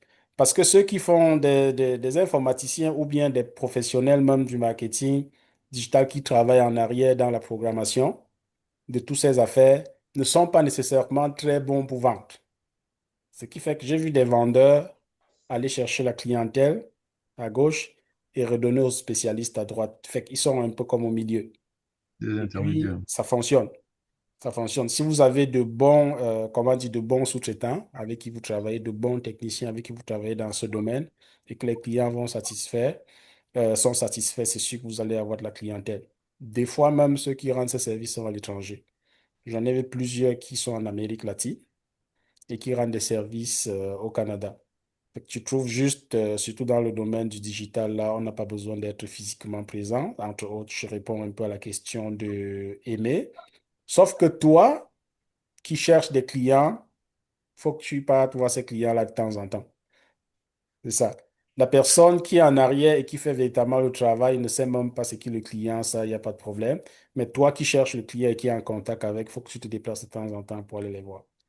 Donc, il y a ce secteur du marketing digital aussi. Ben, je vois dans la construction aussi, ça a un peu ralenti dernièrement, mais ça, c'est un secteur qui fonctionne quand même bien. Euh, Avis mais on parle de ce secteur qui fonctionne bien, mais je peux me tromper, Serge. Moi, si je me dis toujours si je devais partir en entrepreneuriat, c'est mon point de vue et puis tu peux me reprendre. Je prendrais dans un secteur essentiel, un service, je dirais essentiel. Quand je dis service essentiel, c'est que ben, quelqu'un a faim, il peut au Timoton ou peu importe, là, il va manger. Quelqu'un doit se soigner, il va aller à la pharmacie. Même s'il n'a pas d'argent, il va trouver de l'argent. Pourquoi je dis ça? C'est ma petite expérience, mon petit retour d'expérience. Développer une business où vous allez chasser la clientèle. Il faut avoir l'âme d'un prospecteur. C'est, c'est pas inné. C'est pas inné. Si vous êtes à l'aise avec, tant mieux. Mais si vous êtes dans un secteur essentiel, il y a 90% vous allez vous concentrer sur le SAV beaucoup plus parce que de toute façon, le client, il n'a pas le choix d'avoir à consommer un peu, en guillemets, votre service. Bon, peut-être je me trompe, hein, je dis ça pour aiguiller les gens qui disent dans quoi je reprends là, mais Serge, quel est ton point de vue là-dessus? Aussi, c'est une bonne, comment dire, une bonne vision parce que c'est sûr que les secteurs essentiels seront toujours en demande. Faut juste garder en tête que les secteurs essentiels sont aussi souvent très concurrentiels. Ouais, ça, c'est par contre, C'est ça. effectivement, Les marges sont très faibles dans les très secteurs faible. essentiels. Ouais. Vous allez vendre, c'est sûr. Je suis d'accord avec toi. Ça va se vendre tout seul, mais en principe, en général, les marges sont faibles là-dedans.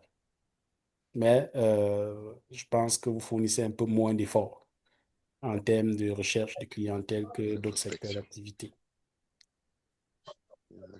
Bah, après, vous pouvez partir de là pour tester d'autres secteurs. Je veux dire, en termes de prise de risque, si quelqu'un a déjà 3, 4 entreprises, il peut jouer au casino, hein, entre guillemets, il peut tenter faire des choses là, mais vous avez au moins une base qui peut vous servir de rampe de lancement, aller lever des fonds avec, tatati, tatata, je sais pas moi. Est-ce que c'est bon le rythme? Est-ce que vous avez encore des questionnements? Parce que Serge nous a quand même aiguillé sur le processus. N'oubliez pas, se faire accompagner par un professionnel, c'est important. Moi, je le dis souvent aussi aux gens qui veulent se former en gestion de projet ou dans d'autres domaines.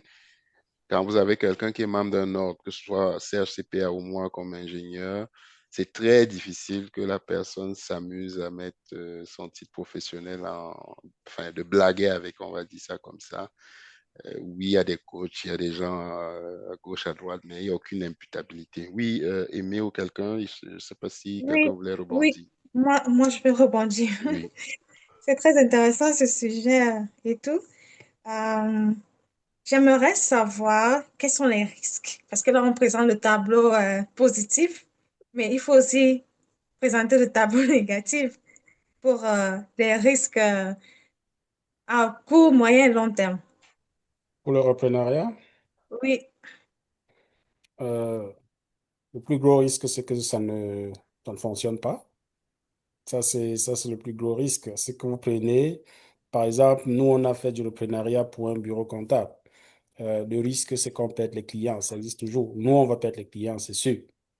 Euh, et il n'y a pas de risque zéro là. Quel que soit le secteur d'activité, il y a un risque là-dedans. Le risque, c'est que ça ne fonctionne pas. Le risque, c'est que vous n'ayez pas suffisamment de temps aussi pour piloter. Le risque, c'est que vous perdez les employés aussi. C'est ça parce que si vous perdez des employés, évidemment, ça ralentit les choses. Vous ne pouvez pas rendre de service sans employés. Un autre risque, c'est de ne pas trouver suffisamment de financement ou bien de mal planifier ses besoins. Parce que si vos clients mettent beaucoup de temps avant de vous payer, il faut que vous payiez les salaires quand même. Fait que si vous vous êtes fait accompagner avec quelqu'un d'assez solide, en principe, vous couvrez certains risques. Mais certaines personnes, c'est ça, j'en ai vu qui m'ont contacté quand ils avaient déjà signé le contrat. C'était déjà un peu tard quand même. Mais oui, il y a des risques que ça ne fonctionne pas. Votre entreprise peut passer au feu aussi demain matin. Bon, ça, c'est des assurances qui couvrent ça. En principe, si vous avez de bonnes assurances. Mais il reste que il y a des risques pareils. Vous allez dormir tard. Vos cheveux vont peut-être blanchir un peu plus tôt que avant, mais il faut que vous assurez que les employés ont leur salaire. C'est ça. Vous allez travailler très tard le soir, vous allez communiquer avec les banques, vous allez avoir beaucoup de stress, tout ça. Fait que c'est sûr, ça vient avec. Par contre, vous pourrez gérer votre agenda aussi. Vous pouvez décider de vous reposer un lundi parce que mais, le week-end, vous avez travaillé, il n'y a personne qui va vous questionner là-dessus. Si vous avez un enfant malade et autres, tout ça, vous pouvez vous en occuper sans problème, sachant que ben, dès que l'enfant va aller mieux, ben, je vais retourner travailler 24 heures ou 15 heures par jour.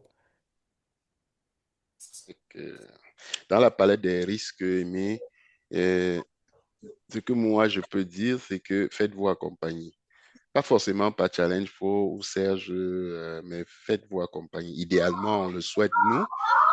D'ailleurs, c'est pour ça qu'au sein de Challenge Pro, on a une communauté. Au-delà de la formation, on a une communauté où on s'entraide.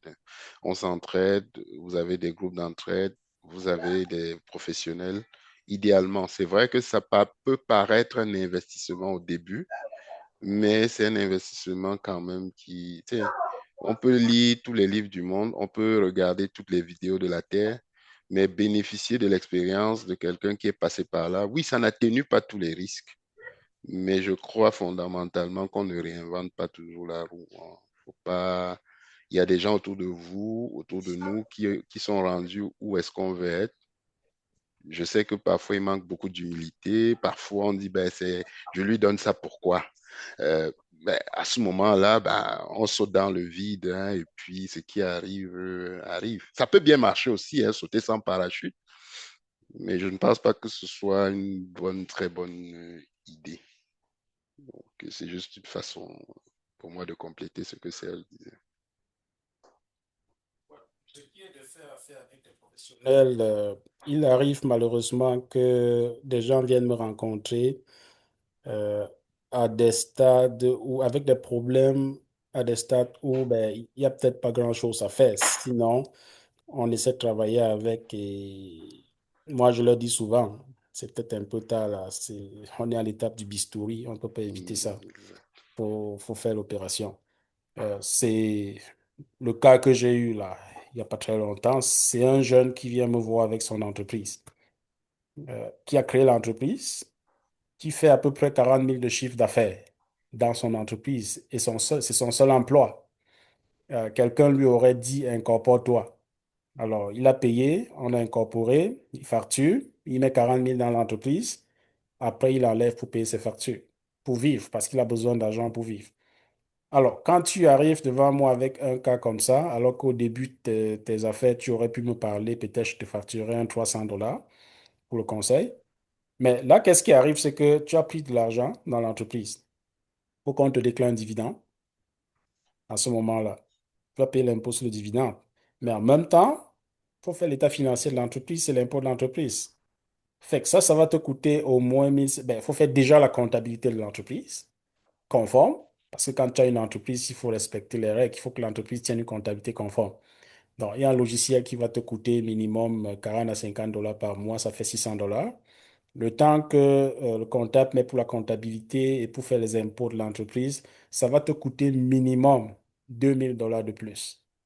Si tu avais consulté un professionnel pour 1 heure de temps ou 2 heures, et que en évaluant avec toi, vous êtes arrivé à la conclusion que tu n'as pas besoin d'entreprise et c'était visiblement le cas de cette personne, ben, ce qui va arriver, c'est que tu auras payé 300 $ de consultation pour éviter de dépenser 2000 $ à la fin. Et puis, ben, ton impôt à la fin, ça va te coûter à peu près 700 $.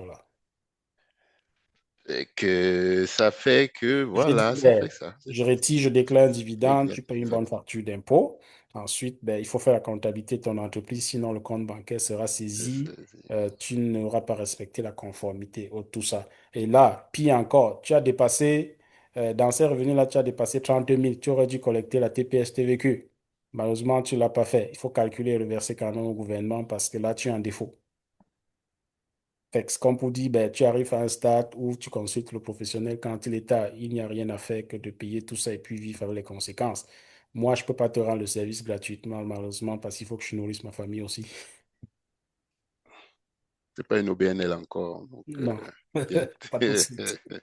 Mais les gens, est-ce qu'ils comprennent? Mais je pense que oui, hein, vous êtes là parce que quelque part, vous appartenez à la communauté Challenge Pro Conseil.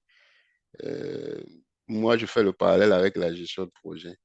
Des fois, les gens disent, ouais, mais pourquoi je paie un accompagnement pour faire la certification et tout ça? Nous, on a la chance d'avoir des cas d'études qu'on présente, des masterclass comme celle-ci pour nous faire, nous édifier. Même moi, ça m'édifie. Vous avez la chance d'avoir une communauté de pratique. Vous avez la chance d'avoir des agents IA qui vous guident dans vos projets. Moi, il y a des gens qui ont dit, ah, j'ai passé la certif seul. Puis un temps, mon téléphone sonne. Il est sur un vrai projet d'entreprise. Mais là, on m'appelle, ah, ça va pas. Mais là, je dis, comment tu es PM, PCA, PM? T'as pas quelqu'un qui t'aide, t'as pas un mentor, t'as pas une communauté, rien de ça. J'ai acheté deux, trois trucs sur Internet, ça coûtait moins cher. Papa, je dis, je gobe ça et puis c'est correct. C'est correct.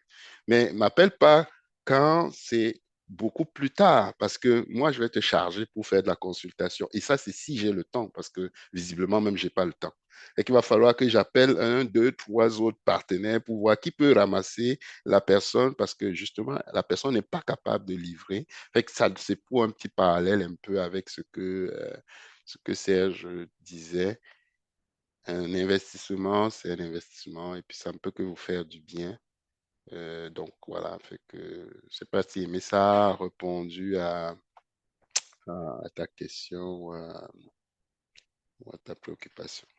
Oui, c'est bon, merci. C'est bon. Fait que voilà, donc il n'y a pas de risque zéro. Moi, je dirais, on a par exemple développé aussi un coach entrepreneurial, la Challenge pour aider. On ne dit pas qu'il faut se passer du professionnel. l'IA ne remplacera, en tout cas, je parle sous toute réserve, n'a pas encore remplacé, je vais peut-être dire ça comme ça, les personnes, d'accord? Oui, ça peut vous guider, mais on reste là, si Serge, moi ou la communauté, pour vous aider, pour vous accompagner, pour vous donner, faites un plan stratégique, faites un plan, business plan, un business model. C'est pas l'IA qui va vous dire. Il y a des gens qui vont avoir tous ces outils, mais ne savent pas quoi en faire, en fait. C'est ça la différence entre quelqu'un qui se fait accompagner et quelqu'un qui a juste l'outil. Quelqu'un qui a juste l'outil va dire, je veux piloter je veux faire du reprenariat. L'IA va lui sortir tout ça. Mais est-ce que fondamentalement, ça vaut en plus ce que Serge ou quelqu'un comme moi ou la communauté va vous dire? Je ne suis pas convaincu. En tout cas, pas au stade actuel. Parce qu'il y a des gens qui me disent, ouais, mais ça sert à quoi de faire encore un accompagnement ou de suivre encore une formation? J'ai dit à quelqu'un qui m'a dit ça en appel, Serge, ça sert à quoi? Je peux demander à ChatGPT tout. Mais non, je pense pas encore. Est-ce que quelqu'un veut rebondir? Serge, je peux continuer. Là, on a quand même encore une vingtaine de On minutes. prend des On questions. prend les questions. Je pense que c'est la Mhm. phase pleine de questions. Sinon, si on a tout donné, c'est aussi correct, hein. Sinon, je suis disponible Tu si peux vous mettre avez des questions, des projets que vous des voulez projets, tu peux discuter. mettre des TS Moquin, tu peux mettre le site Ouais, ouais. ou tu peux mettre dans le chat. Je vais mettre dans le chat Mets dans le mon chat, ouais, contact. ton contact, voilà. Si les gens ont des orientations. Et puis, est-ce que ça vous plairait qu'on ait des thématiques ciblées sur la fiscalité ou d'autres thématiques comme ça, plus pointues, je ne sais pas. Ça, Ouais, j'ai des thèmes que je présente souvent sur la fiscalité l'impôt, immobilière, l'impôt l'immobilier, personnel, fiscalité l'impôt immobilière, voilà, ce genre de d'entreprise, choses. Est-ce que, choses comme ça. Et même l'audit un peu hmm, d'audit. C'est sûr que je peux pas présenter l'audit technique, mais des choses qu'on peut regarder lorsque on fait l'acquisition. Et puis là, je dis encore que ça peut dépendre des secteurs d'activité aussi. Ça peut, quand hmm, c'est le bar, le restaurant, résidence pour personnes âgées, ou hmm, bien d'autres secteurs, ça varie vraiment. Ce n'est pas toujours la même chose. c'est un peu ça, on pensait à faire des thématiques plus nichées, mais bon, tout va dépendre de votre engouement. Donc, j'ai mis dans le chat Ok, mon numéro de mon téléphone numéro de et téléphone. mon adresse courriel. Top. Fait que vous avez tout ce qu'il faut maintenant pour, si jamais vous avez besoin de conseils, voilà, de sa part. Donc, faites-vous former en gestion de projet. Faites-vous accompagner par tout ce qui est, je dirais, fiscalité et conformité. Je crois que c'est un beau mélange là d'avoir les deux forces. Vous allez avoir les bonnes pratiques de gestion de projet, parce que beaucoup lancent des projets et puis ils n'ont pas la base, je dirais comme ça. Puis je pense qu'avec avec les deux expertises jumelées, ça va faire que votre projet, je pense, vous avez mis toutes les chances de votre côté. Voilà. Fait que c'est bon, on a fait le tour visiblement. Petit tour de table, comment est-ce que vous avez trouvé chacun, ceux qui peuvent parler? Est-ce que vous pensez que des thématiques plus nichées peuvent contribuer à enrichir l'expérience? Et on va commencer par aimer. Est-ce qu'il y a des choses qu'on a omis de discuter, des choses qu'on aurait dû aborder? Je ne sais pas. En ce qui me concerne, je trouve cette thématique très, très intéressante et ça permet d'avoir une ouverture d'esprit encore plus élargie. Euh, Moi, j'ai toujours tendance à dire ce qui nous manque parfois, c'est l'information. Il faut être au Mhm. bon endroit au bon moment et je trouve cette masterclass très bonne.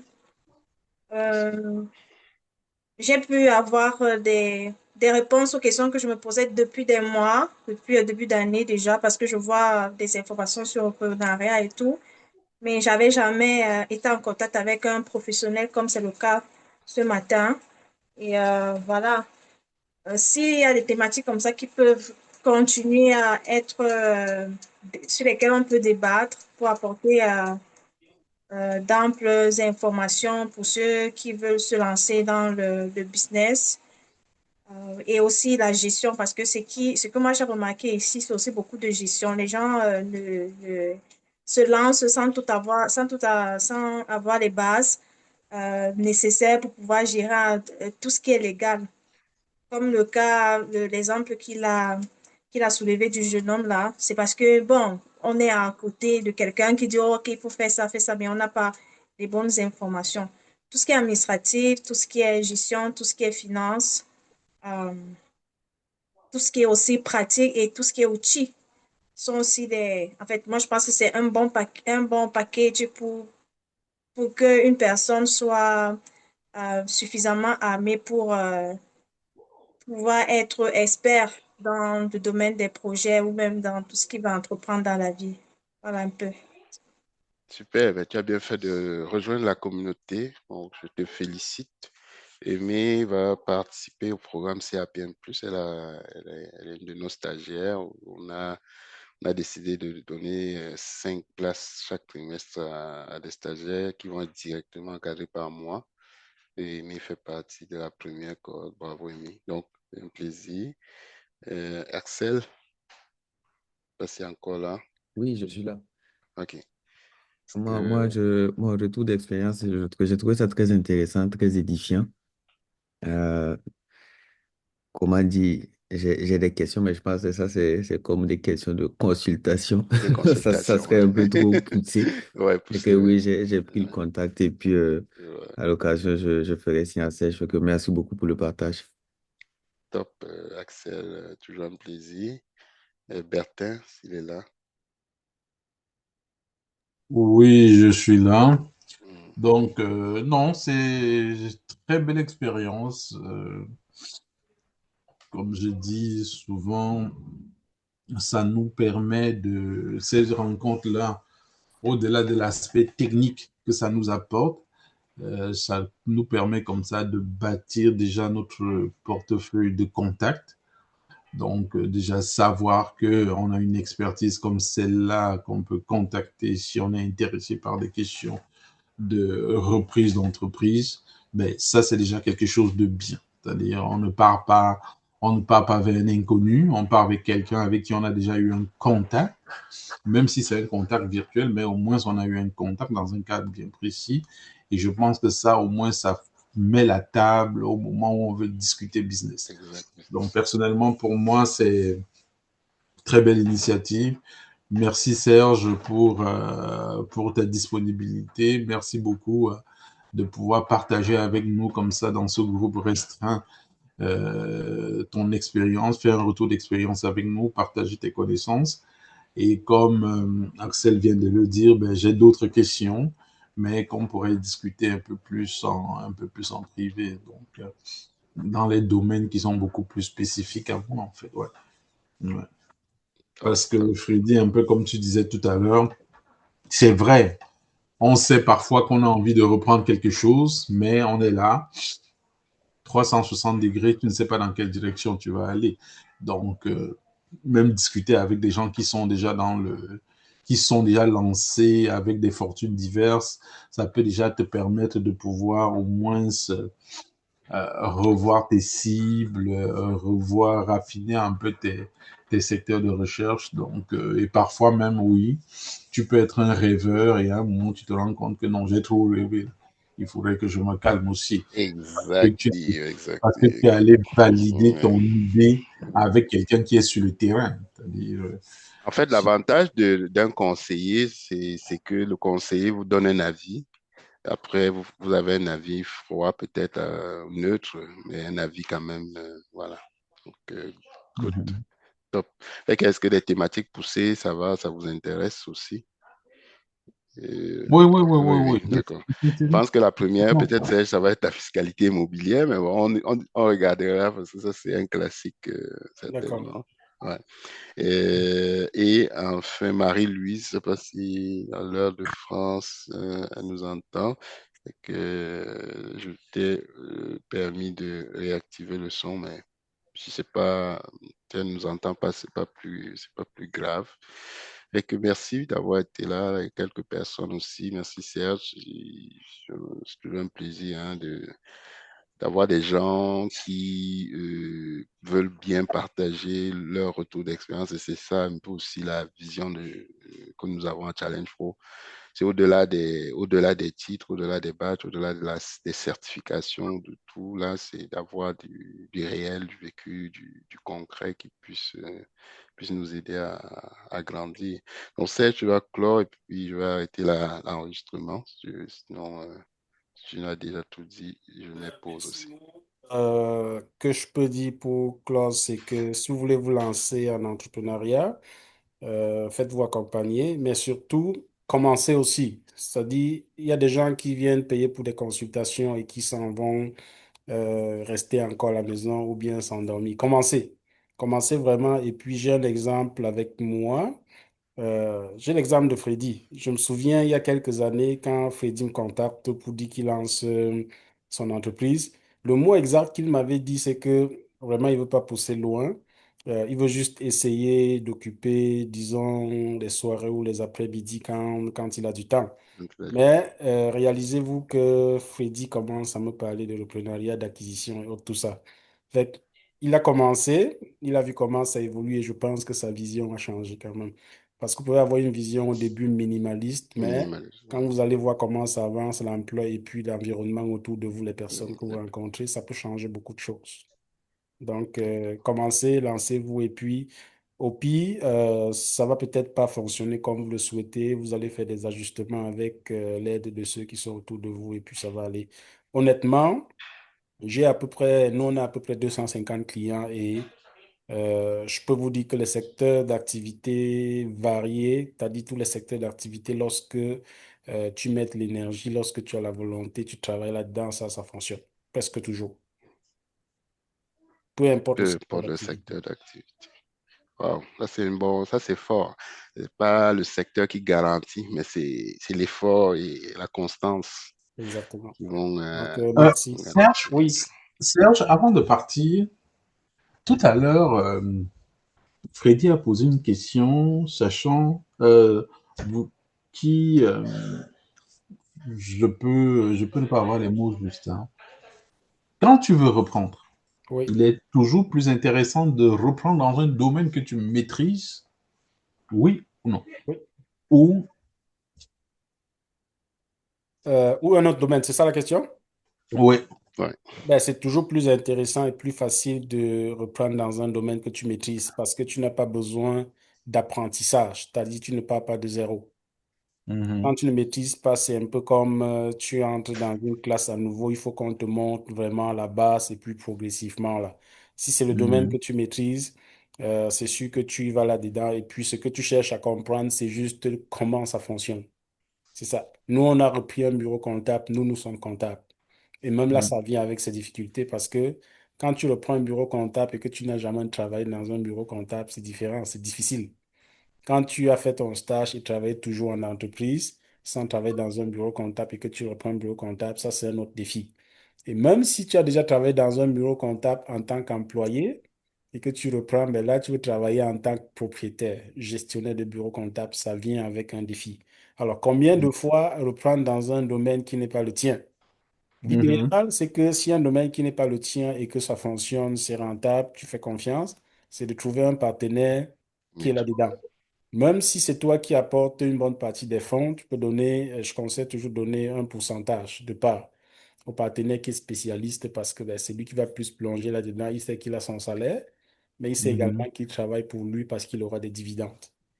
Donc, s'il y a un secteur d'activité qui est prometteur et que vous voulez investir là-dedans sans nécessairement être votre spécialité, travailler avec des partenaires qui sont dans ce secteur d'activité-là parce que ça va être difficile pour vous de reprendre à zéro. C'était quand même un gros investissement. Alors, ce mhm, que certaines personnes font, quand le portefeuille va grandir, vous aurez plusieurs compagnies et que vous avez des employés quand même qui travaillent bien, ben, vous pourrez vous permettre maintenant d'acheter dans un autre secteur en sachant que oui, les employés sont là, c'est bien structuré et puis ils vont travailler sans problème. Mais pour partir, une acquisition, votre première acquisition, ça peut être difficile de s'orienter vers un secteur que vous ne connaissez pas. Ok. Et je vais compléter et dire simplement que c'est plus facile parce que le travail que vous faites, c'est quasiment le même travail que vous allez faire, mais en mode consultation. Donc, vous n'avez pas besoin d'une nouvelle formation. Et l'autre chose que je peux dire, c'est pour pour se lancer, il va falloir sacrifier autre chose. Je me rappelle quand je te parlais de ça, Serge, à l'époque, je crois que j'étais en voie de faire ma maîtrise en gestion de l'ingénierie. Et puis, tu m'avais posé une question banale. Avec tout ce que tu as déjà accumulé là, est-ce que tu as déjà rentabilisé ce que tu as accumulé comme titre? Je dis ça parce qu'il y a des gens aujourd'hui qui viennent me voir et me disent comment je veux me lancer. Je veux d'abord faire un MBA, je veux d'abord faire deux MBA, deux maîtrises. Ah non, je veux faire une spécialisation de ci. C'est bien les titres académiques. Je ne peux pas dire non, mais parfois, sacrifier, vous avez un bac, vous avez même un deck, c'est assez pour vous lancer. Ne pensez pas que ça va prendre quatre maîtrises, trois doctorats pour vous lancer. Puis vous pourrez revenir faire ça après. Et vous allez même le faire avec une nouvelle perspective. Vous allez le faire pour piloter votre entreprise. Donc, ça, c'était une parenthèse à notre conversation d'il y a quelques années, Serge, quand tu me disais clairement, mais avec tout ce que tu as déjà là, et c'est pour ça que je parle beaucoup de création de valeur à à Challenge Pro. Ça a un peu teinté aussi quelque part ma vision. On pense que plus on va pousser, plus on va être compétent, mais le client, il s'en fout de ça. Si vous avez tous ces titres, mais vous ne délivrez pas au client, bah, je m'excuse là. Vous allez lui dire j'ai un doctorat en mécanique des fluides. Si sa conception est mal faite, ben là, il vous envoie balader, quoi. Donc, c'était un peu à la parenthèse de la fin, là. Donc, n'attendez pas demain. Ne vous dites pas que vous êtes incompétent, parce qu'il y aura toujours plus compétent que vous. Vous avez certainement des gens qui ont des choses à apprendre de vous. Et voilà, vous partez avec ça. Vous n'allez peut-être pas servir le 20% de gens qui sont hyper quali dans votre domaine, mais peut-être qu'il y a 75% qui en savent moins que vous. Voilà. Donc, pour la légitimité, pour ceux qui disent est-ce que je suis légitime pour je pense que ça, il faut pas, il faut évacuer ça de votre mindset. Donc vous allez souffrir. Alors, donc voilà, ça a été une beau 2 heures bien investies. Je vous souhaite une très belle semaine, et plein de beaux défis. Et puis, on reste en contact pour les prochains épisodes. Voilà. Allez, merci Serge. Bientôt. Merci Serge encore. Merci, Bon bonne Avec journée. week-end. plaisir. D'accord. Bye.